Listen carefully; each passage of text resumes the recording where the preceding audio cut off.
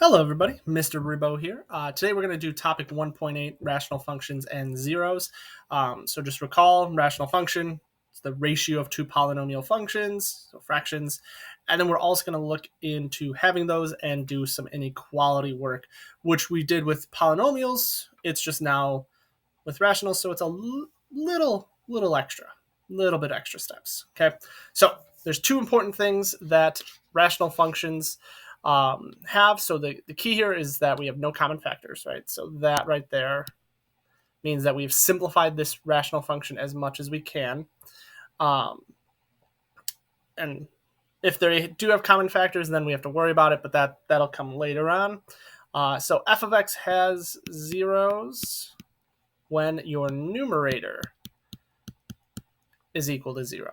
Okay, so the polynomial function in the numerator tells us our zeros, and f of x is undefined when the denominator is equal to 0. Okay, and that should make sense because you can't divide by 0. So when we're solving rational inequalities, unlike polynomials, you only had to worry about the zeros. Here we actually need to worry about both the zeros and the undefined values.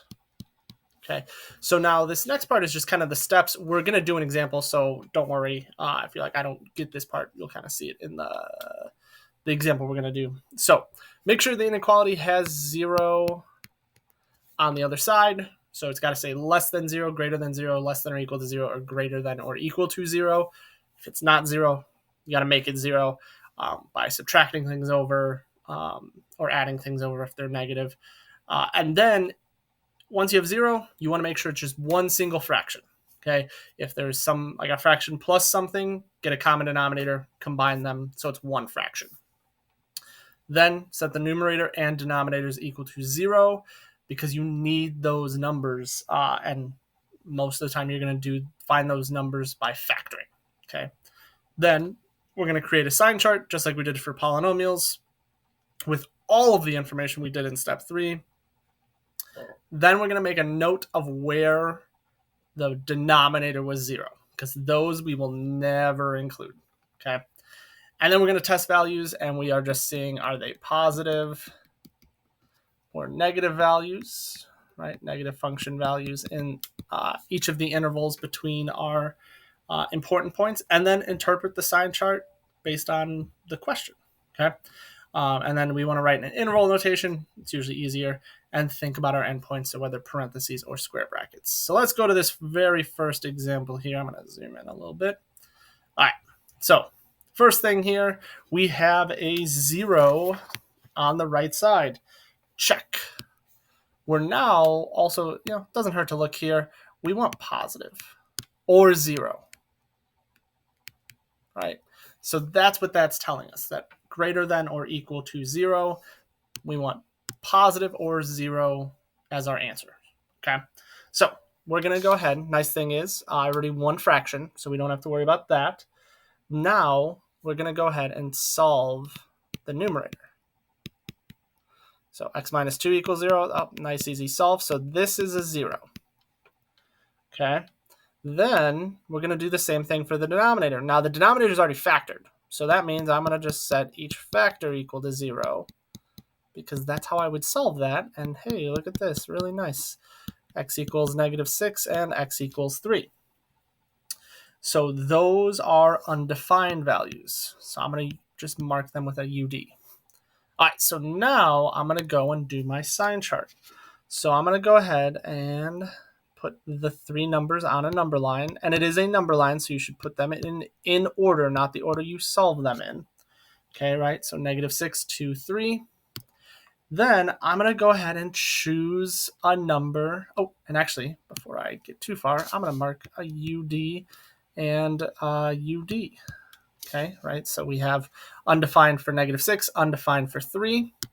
Then I'm going to go ahead and substitute in numbers. So I'm going to start, we'll say x equals -7, because that'll tell me this very left side. So I go ahead and substitute in -7. And the really nice thing with this is you don't need to know the final answer. All you care about is this positive or negative? So it ends up -7 minus 2 is negative. -7 plus 6 is also negative. And then this would also be negative. So they have 3 negatives that are multiplied or divided, which means we have a negative value. Okay. Then we're going to do the same thing for the next interval. Now, this next one, I have lots of choices. I'm going to choose 0 because 0 is always a really nice number. So I'm actually going to choose 0. You substitute it in. You're going to get negative on top and then a positive and a negative on bottom. Oops, not -1, just a negative parenthesis there. So 2 negatives, 1 positive, make that positive. Okay. And you should do all that work, on your own, but just for the sake of time, we want to make sure we get this video quick. So the next section, I would choose x equals 2.5. Okay. And again, even though there's decimals, just worry about whether they're positive or negative. You would end up getting a positive over positive and a negative, which means we have only one negative, which means that section is positive.